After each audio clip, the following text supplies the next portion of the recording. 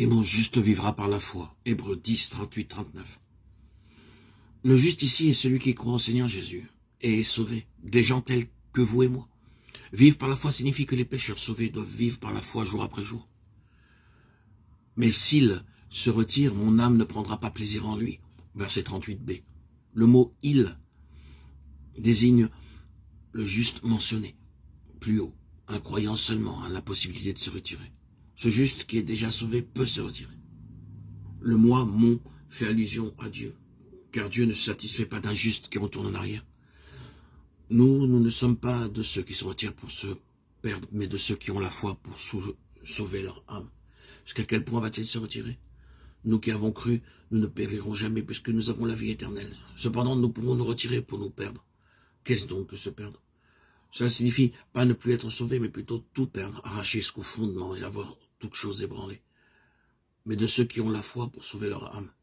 Ici encore, la Bible parle du salut de l'âme. Et une fois de plus, le choix est placé devant nous. Nous pouvons soit nous retirer pour nous perdre, soit presser le pas vers le salut de l'âme. Certaines personnes considèrent la phrase qui se retire pour se perdre très désagréable et soutiennent donc que ces paroles ne s'appliquent pas aux chrétiens. Pourtant, les chrétiens seulement peuvent se retirer. Les pécheurs sont déjà si loin qu'on peut à juste titre se demander, peuvent-ils s'en aller encore plus loin? Tous ceux qui ne croient pas au Fils sont déjà condamnés. Seuls les chrétiens ont la possibilité de retourner en arrière. Ce qu'un croyant fait sur terre doit être récompensé. Toutefois, s'il se retire, il en souffrira la perte.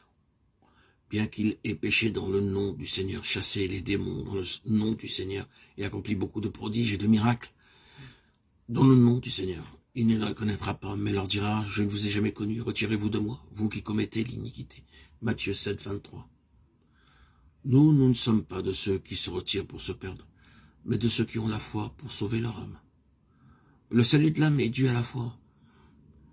Quelle est cette sorte de foi? Que signifie avoir la foi pour sauver l'âme? Lisons Hébreux 11, qui déclare « Or, la foi est une ferme assurance des choses qu'on espère, une démonstration de celles qu'on ne voit pas. » Celle-ci est la foi qui sauve l'âme, la foi par laquelle le juste vit. Car, veuillez noter que le chapitre 11 suit immédiatement la fin du chapitre 10, dont nous nous sommes entretenus. Cette foi est l'assurance des choses qu'on espère, et non pas la foi qui croit en Jésus. Cette sorte de foi est celle qui peut sauver notre âme. Cette foi est une démonstration de celle des choses qu'on ne voit pas et non pas le fait de croire en Jésus-Christ. L'apôtre Jean dit à plusieurs reprises, « Quiconque croit au Fils a la vie éternelle. » Il parle de croire au Seigneur. Mais si la Bible parle de choses qu'on espère qu'on ne voit pas, quelles sont ces choses? Lisons plus loin dans le chapitre 11 d'Hébreux. C'est dans la foi qu'ils sont tous morts, sans avoir obtenu les choses promises.